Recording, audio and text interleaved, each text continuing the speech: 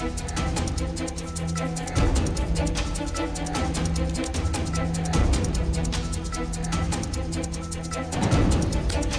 कश्मीर की तवारीख को आज तक दबाए रखा गया है। जो कुछ मैंने जम्मू कश्मीर के बारे में लिखा वो पंडित जवाहरलाल नेहरू के अल्फाज थे। असल हकीकत को भी लोगों के सामने लाना जरूरी था। इलेक्शन कमीशन एक आज़ाद इदारा है। इंतखाबात को लेकर फैसला लेना उनका काम है। मरकजी वजीर कानून किरण रिजिजू।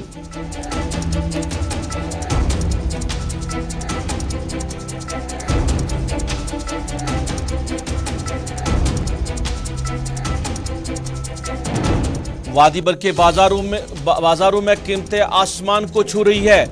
अवाम है परेशान। सरकारी निरीखनामों की हर तरफ हो रही है खिलाफ वर्जी।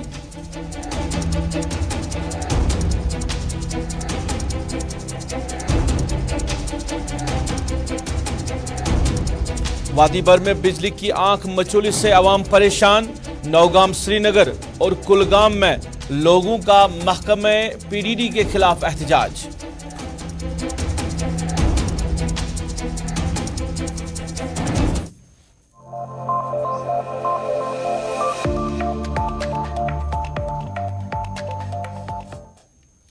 अस्सलाम वालेकुम नाज़रीन, सफर के 4 बजे हैं। आप गुलिस्तान के श्रीनगर स्टूडियो से बराह रास्त स्पेशल रिपोर्ट देख रहे हैं अपने मेज़बान सईद रूफ फारूकी के साथ। नाज़रीन, स्पेशल रिपोर्ट में कुछ खबरें आप तक पहुंचाने की कोशिश करेंगे। बाजारों के हवाले से भी आज आप तक जानकारी पहुंचाने की कोशिश करेंगे। जो सरकार ने निरखनामे मुकर्रर किए हैं वो कहीं इम्प्लीमेंट नहीं हो रहे हैं और दिन दहाड़े लूट मचाई जा रही है। चाहे एशियाई खुर्दनी की बात करें या बाकी जो रोज़मर्रा के मामलात में जो चीज़ें आवाम को चाहिए उनके हवाले से निरखनामे जो है वो आसमान को छू रहे हैं। इसके साथ साथ पावर डिपार्टमेंट के हवाले से भी बात करेंगे। कई इलाकों में आज भी एहतजाज हुआ। लेकिन सबसे पहले बात करेंगे मरकजी वजीर कानून किरण रिजिजू, जो कि आज ज़िला अनंतनाग के दौरे पर हरदो किचरू का इलाका था जहां वो दौरे पे गए थे। उनके हमरा जम्मू कश्मीर लद्दाख के चीफ जस्टिस अली मोहम्मद मागरे के अलावा ज़िला से वाबस्ता अफसरान मौजूद रहे। इस मौके पर लोक अदालत का भी एहतमाम किया गया है और जो काफ़ी वक्त से अदालतों में केस पड़े थे उनका फैसला मौके पर ही दिया गया। किरण रिजिजू जी ने मीडिया से भी बात की प्रोग्राम के हवाले से, इस दौरे के हवाले से, और मीडिया के नुमाइंदों ने कुछ सवाल उनसे किए और उनके जवाबात भी मरकज़ी वज़ीर ने दिए। मरकज़ी वज़ीर से पूछा गया कि जो अदालतों में काफ़ी वक्त से केस पड़े रहते हैं उनका फ़ैसला नहीं आता है, तो क्या कुछ सरकार इस हवाले से कर रही है। तो उन्होंने कहा कि जो भी संगीन मामलात अदालतों में पड़े हैं उनके लिए सरकार ने रोड मैप जो है वो तैयार किया है। चाहे वो मामलात, वो केसेस ख़वातीन के साथ जो ज़्यादतियाँ हो रही है वो हो, या बच्चों के साथ, या रेप के मामलात जो कि दिन ब दिन बढ़ते ही रहते हैं, ऐसे मामलात हो, तो ऐसे मामलात के लिए सरकार ने फास्ट ट्रैक कोर्ट बनाया है और उसके लिए रोड मैप भी तैयार किया गया है। कोई भी क्राइम हो, कोई भी जुर्म हो, कोई भी जालिम हो, किसी को बख्शा नहीं जाएगा और हर एक को सज़ा मिलेगी। ये मौजूदा हुकूमत का जो फ़ैसला है कि किसी भी मज़लूम के साथ जो है जुल्म नहीं होगा। जो भी मज़लूम है उनके साथ ज़रूर इंसाफ होगा। इस वजह से अदालतों में इस तरह के कानून जो है वो लाए जा रहे हैं। फास्ट ट्रैक बुनियादों पे अब जो केसेस है उनका फ़ैसला जो है लिया जाएगा। आज जैसे हमारे साथ में जम्मू कश्मीर लद्दाख हाई कोर्ट के चीफ जस्टिस मागरे साहब भी साथ में आए हैं। यहाँ ज़मीनी पर अदालत लगा करके, लोक अदालत लगा करके हमारे यहाँ के जो जजेस हैं, डिस्ट्रिक्ट जजेस है, सब जजेस होते हैं, जजेस आपके खुद घर में चल के गाँव में और जो भी इशू है यहीं सेटल करवाया। देश में जो हीनियस क्राइम होते हैं, रेप केस होते हैं, बच्चों का मर्डर होते हैं, महिलाओं के अगेंस्ट में यहाँ बहुत जो क्राइम्स या जो भी एट्रोसिटीज होते हैं उसके खिलाफ हम लोगों ने स्पेशल कोर्ट्स बनाने का प्रावधान रखा और फास्ट ट्रैक कोर्ट्स और पॉक्सो एक्ट के तहत फास्ट ट्रैक स्पेशल कोर्ट्स बनाने के लिए हमने पूरा रोड मैप तैयार किया और क्रिमिनल अमेंडमेंट बिल आए 2018 में। मैं खुद गृह राज्य मंत्री थे, मैंने ही इंट्रोड्यूस कराया था। मोदी जी का जो सोच को हमने पार्लियामेंट में बिल लेके आए, कानून बनाया। उसके तहत सारे राज्य सरकार और हाई कोर्ट्स को हमने अर्ज किया है कि तुरंत सारा ये फास्ट ट्रैक कोर्ट और स्पेशल यहाँ की है। कश्मीर में बहुत अच्छा हुआ है, कई स्टेट में बहुत अच्छा काम हो रहा है। तो जैसे आपने केस का जिक्र किया, बैकग्राउंड क्या है उसको अभी हम डिटेल में चर्चा नहीं करेंगे, लेकिन कोई भी जुल्म होता है, कोई भी क्राइम होता है, किसी ने भी किया हो, सख्ती से कानून उसके खिलाफ काम करना चाहिए। उसके लिए हमारे अदालत है, काम करेंगे। अदालतों को मजबूत करने का काम सरकार का है और हम पूरा बढ़ चढ़ करके नीचे का कोर्ट जो आपका तहसील कोर्ट होते हैं। मरकजी वजीर से मीडिया ने पूछा कि मामला कुछ दिनों से जो मौजूई बहस बना हुआ है पंडित जवाहरलाल नेहरू के हवाले से, जो कुछ किरण रिजिजू ने लिखा था, उन्होंने कहा था कि एक गलत आइन के तहत जम्मू कश्मीर का मसला बनाया गया है और पाकिस्तान को अक़वाम मुत्तहिदा में फ़रेग बनाया गया था। उन्होंने इल्ज़ाम जो है वो पंडित जवाहरलाल नेहरू पे लगाया था। हालांकि कांग्रेस ने उसका जो है रिएक्शन भी दिया, मगर आज भी उन्होंने इस हवाले से बात की। उन्होंने कहा कि वो जो कुछ मैंने लिखा वो मेरे अल्फाज नहीं बल्कि पंडित जवाहरलाल नेहरू के अल्फाज है जो कि पार्लियामेंट के रिकॉर्ड में मौजूद है और मैंने सिर्फ हकीकत जो है वो लोगों के सामने लाई है। हम तवारीख को बदल नहीं सकते हैं। जो कुछ हुआ या जो कुछ कहा गया है वो तवारीख है और वो कहीं पे लिखा हुआ है और कहीं रिकॉर्ड पे है। मैंने वही बातें जो है वो आवाम तक पहुंचाई है। उन्होंने कहा कि जम्मू कश्मीर को लेकर जो हकीकत है, जो तवारीख है, उसको आज तक दबाया गया है और असल हकीकत जो है वो लोगों के सामने नहीं लाई गई है, जिसके लिए मैंने कोशिश की कि असल हकीकत जो है वो लोगों के सामने लाई जाए। मैंने कश्मीर के बारे में जो लेख लिखा वो मेरा अपना शब्द नहीं है, वो पंडित जवाहरलाल नेहरू का पार्लियामेंट का रिकॉर्ड और उस समय सरकारी जितना भी जो आदान प्रदान हुए हैं वही मैंने लिखा है। दुख इस बात की है कि सच्चाई को 70 साल से भी ज़्यादा दबाया गया था, सच्चाई को छुपाया गया था। उसको मैंने लोगों के सामने में लेकर के आने का काम किया है, क्योंकि इतिहास को हम नहीं बदल सकते। इतिहास उसी इतिहास के रूप में ही पेश किया जाना चाहिए, ना कि किसी के अपने सोच के हिसाब से। इसलिए कश्मीर को लेकर के जो इतिहास दबाया गया था उसको उजागर करने का काम मैंने किया है, क्योंकि कश्मीर के लोगों ने बहुत जुल्म देखे हैं, बहुत तकलीफें देखे हैं। अब वक्त आ गया है, कश्मीर के लोगों को मरम्मत करना चाहिए। जम्मू कश्मीर में असेंबली इंतखाबात के हवाले से भी किरण रिजिजू ने बात की और उन्होंने कहा कि जो इलेक्शन कमीशन है वो एक आज़ाद इदारा है, उनको फैसला लेना है कब जम्मू कश्मीर में इंतखाबात कराए जा सकते हैं। ये फैसला सरकार का नहीं है, बल्कि सरकार जो है वो इलेक्शन कमीशन को मदद फराहम कर रही है। कमीशन लॉ मिनिस्ट्री को रिपोर्ट करते हैं। मैं इलेक्शन कमीशन का भी एडमिनिस्ट्रेटिव मंत्री होने के नाते मैं कहना चाहता हूँ, इलेक्शन कमीशन ऑफ इंडिया निष्पक्ष है, ये बिल्कुल इंडिपेंडेंट भी है और ये ट्रांसपेरेंट भी है और एम्पावर्ड भी है। सरकार मदद करते हैं इलेक्शन कमीशन को, क्योंकि सरकार के सपोर्ट के बिना तो ना कोर्ट चल सकते हैं, ना कोई संस्था चल सकते हैं। उसका व्यवस्था करने का काम सरकार का होता है, हमारा ड्यूटी है। लेकिन हम नाज़रीन, महकमे कबायली उमूर की जानिब से अवेयरनेस प्रोग्राम्स का सिलसिला जारी है और मुख्तलिफ अजला के बाद आज श्रीनगर में भी एक अवेयरनेस प्रोग्राम का इनेकाद किया गया है।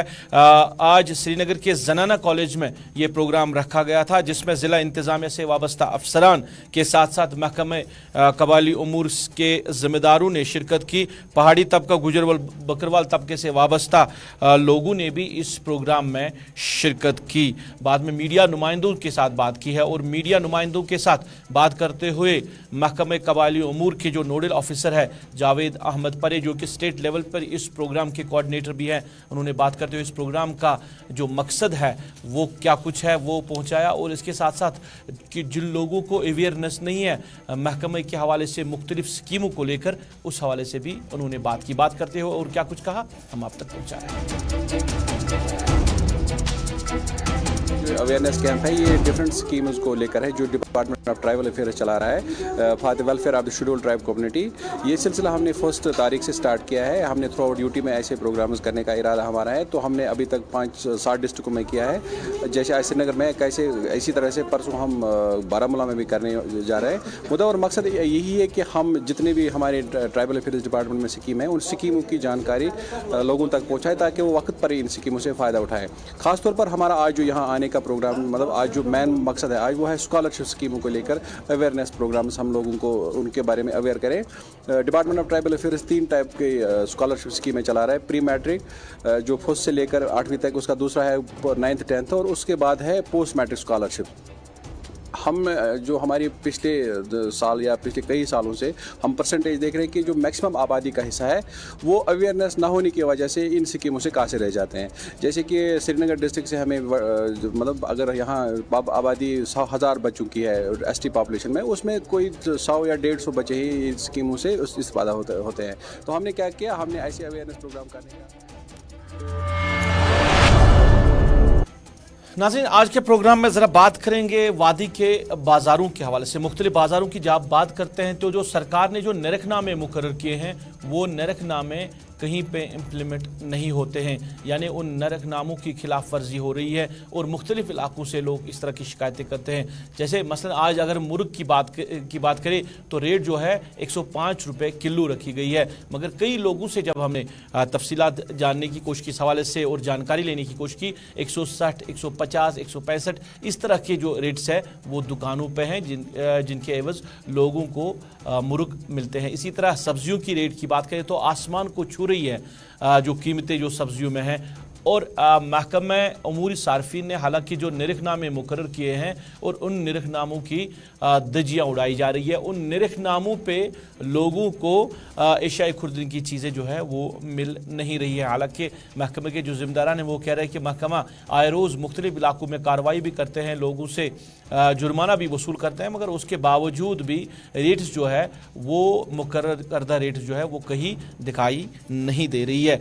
तो क्या कुछ करने की ज़रूरत है, क्योंकि गिरां फरोशी जो है वो आसमान को छू रही है। सरकार ने जो हुक्मनामा जारी किया निरखनामों के हवाले से वो कहीं इम्प्लीमेंट नहीं हो रहा है। तो अगर ये चीज़ें इम्प्लीमेंट नहीं हो रही हैं तो महकमे के पास क्या मंसूबा है अब जो निरखनामे हैं उनको मुकर्रर करने के लिए, या जो लोग कीमतें बढ़ाते हैं या गिरां फरोशी में जो लोग इन्वॉल्व हैं उनके खिलाफ क्या कुछ कार्रवाई होनी है, इसको लेकर क्या कुछ मंसूबा है सरकार के पास, महकमे के पास, इसको लेकर हम बात करेंगे।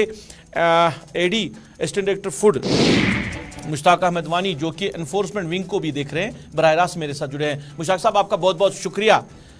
रेट्स जो है वो आसमान को छू रही है, चाहे आप सब्जी की बात करें, आप मुर्ग की बात करें, आप दूध दही की बात करें, जो भी एशियाई खुर्दनी की चीज़ें लोगों को चाहिए आए रोज़ ज़िंदगी में, उनकी रेट्स जो है आसमान को छू रही है। ये लोग इल्ज़ाम लगा रहे हैं कि सरकार जो है या महकमा जो है वो कोई कार्रवाई नहीं कर रहा है।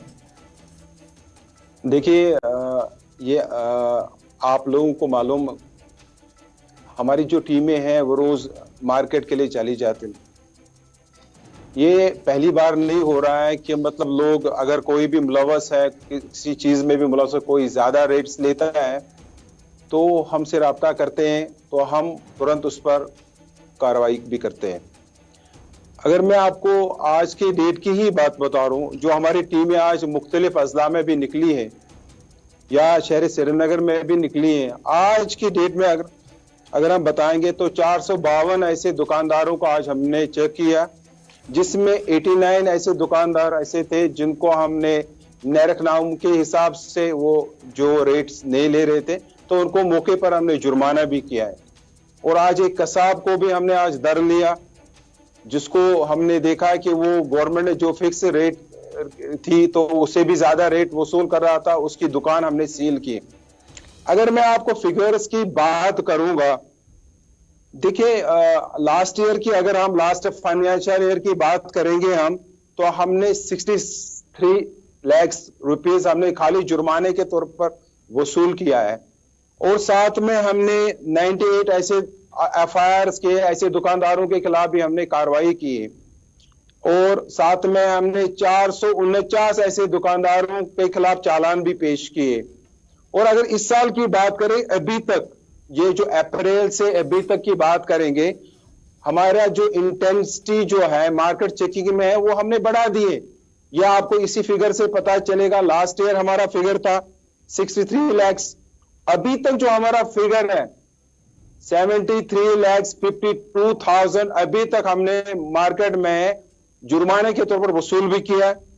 और साथ में हमने अभी 12 ऐसे दुकानदारों को भी FIR किया है और 199 ऐसे दुकानदारों को सील भी किया है। मुश्ताक साहब, वाकई में आप जुर्माना भी वसूल कर रहे हैं, जो फिगर्स आपने बताए वो भी सही है, कार्रवाई भी होती रहती है, मगर उसके बावजूद भी जो निरखनामे हैं वो मुकर्रर नहीं हो रहे, क्योंकि जिन दुकानदारों से आप जुर्माना वसूल करते हैं वो वही जुर्माना फिर लोगों से ले रहे हैं, लोगों से वो पैसा वसूल कर रहे हैं। मगर इम्प्लीमेंटेशन की बात जहां पे आती है, जो आप रेट्स मुकर्रर कर रहे हैं वो रेट्स जो है वो क्यों इंप्लीमेंट नहीं हो रही है, उसके लिए क्या कुछ कार्रवाई करने की जरूरत है?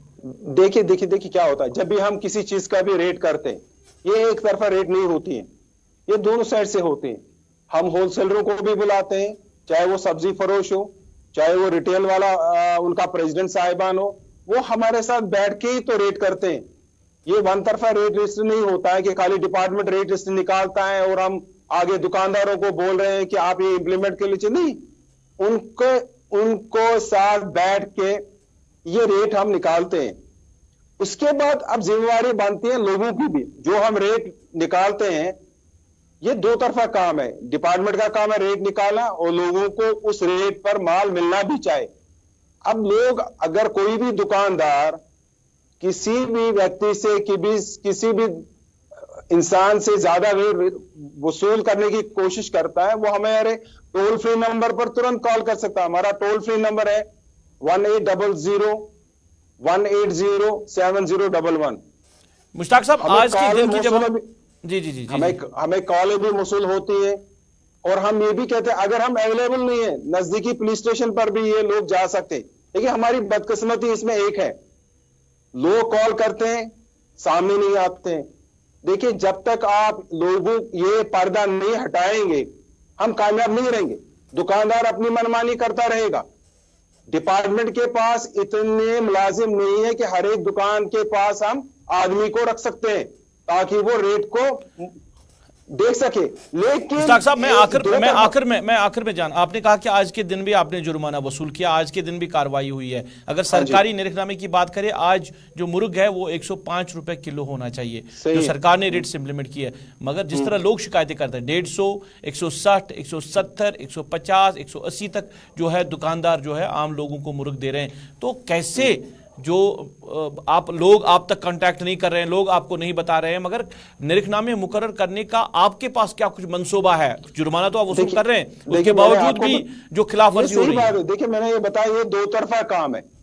डिपार्टमेंट का काम रेट निकालना है, लोगों को इसको इंप्लीमेंट करना जरूरी है। ये नहीं हम कह सकते हैं कि मतलब लोग इंप्लीमेंट नहीं कर रहे, लोग इंप्लीमेंट भी कर रहे हैं। किसी जगह देखिए, किसी जगह ऐसे भी हो सकता है कि कस्टमर को देखिए, दुकानदार को मालूम है ये किसी को बोलेगा ना, उससे ज्यादा रेट वसूल कर रहा है। लोग बहुत आज होशियार है, लोग हमारे वेबसाइट पर भी चेक करते हैं, जब भी मार्केटिंग करते हैं तो हमारी वेबसाइट पर भी देखते हैं आज लेटेस्ट रेट क्या है। हमारा ट्विटर पर भी रेट्स आते हैं, हमारा फेसबुक पर भी, हमारे डिपार्टमेंट का फेसबुक अकाउंट है उसमें भी आता है। हमारे हर एक सोशल मुश्ताक साहब, प्रोग्राम में बहुत कम वक्त है। आपका बहुत बहुत शुक्रिया तफसीलात देने के। दोबारा से कोशिश करेंगे आपसे तफसीलात लेने की और क्या कुछ महकमा कार्रवाई कर रहा है उन लोगों के खिलाफ जो निरखनामे के हवाले से जो सरकार ने मुकर्रर किए हैं उनके खिलाफ उनकी खिलाफ वर्जी कर रहे हैं। क्या कुछ मनसूबा सरकार के पास है, इसको लेकर जरूर आगे भी बात करेंगे।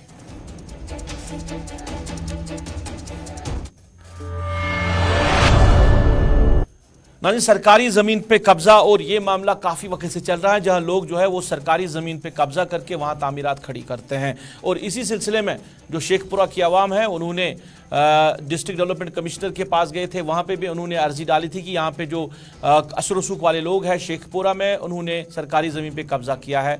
कुछ ना हुआ। उसके बाद अदालत के फैसले के बाद अदालत ने फैसला किया कि जहाँ जहाँ भी जो सरकारी ज़मीन पे कब्जा किया गया है, जिन लोगों ने किया है, उनके खिलाफ कार्रवाई की जाए। तो इसी सिलसिले में आज शेखपुरा बडगाम में महकमे रेवेन्यू की तरफ से तहसीलदार बडगाम की निगरानी में एनक्रोचमेंट ड्राइव की गई, जहां पे लोगों से सरकारी ज़मीन जिन पे उन्हें कब्जा किया था वो कब्जा हटाया गया था। और लोगों को ये भी कहा गया कि अगर आइंदा से उन्होंने सरकारी ज़मीन पे कब्जा करने की कोशिश की तो उनके खिलाफ कानूनी तौर पर कार्रवाई की जाएगी।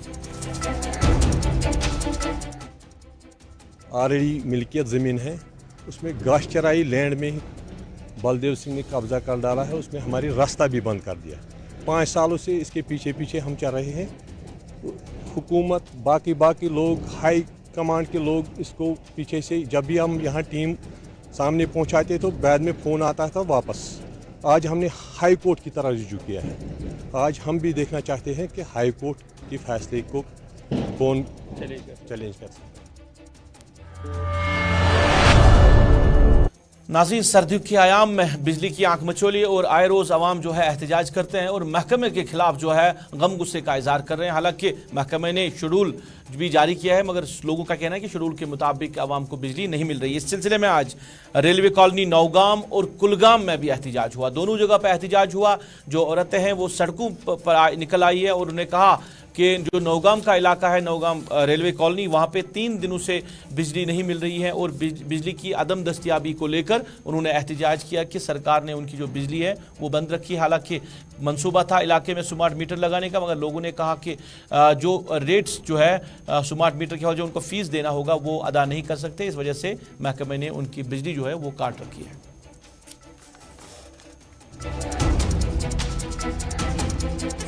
रेलवे कॉलोनी मज बसान गुजारिश यह कि वो 4 दह पावर बंद, वो 4 दह ये दिवान मीटर कनेक्शन लगियो मीटर स्मार्ट मीटर, मगर तूत गुजार कह स्मार्ट मीटर सुबह कहें। मजदूर तबके सोर गो फ्लड एरिया ये रात SHO साहब दपन ठहरो बानो नायब तहसीलदार SHO साहबन कड़ पान वक्त वोत रात कह तो बुत कह सोन तो सूच नसी न पे आमुत यह बोझ रात शामस 8 बजे अम कर कत 2-3 यन तो अम दो बह लागन पावर अन लाइनमैन वाइनमैन, मगर वो पावर जरूरत कि मगर तुल मीटर थोद मीटर थोद ये मजूर हेको मीटर हंद यह लोड चलित कहें। नौगाम रेलवे कॉलोनी पे पावर 3 दिन पे बंद, पावर आब खसान मोटर लागान तम आब खोलान, बच्चे तह स्कूल सूजमत ना तिहुंद लंच तैयार।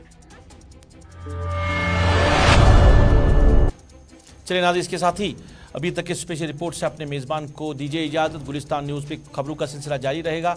आप तब तक खुश रहे, आबाद रहे और हमें भी अपनी नेक दुआओं में याद रखें।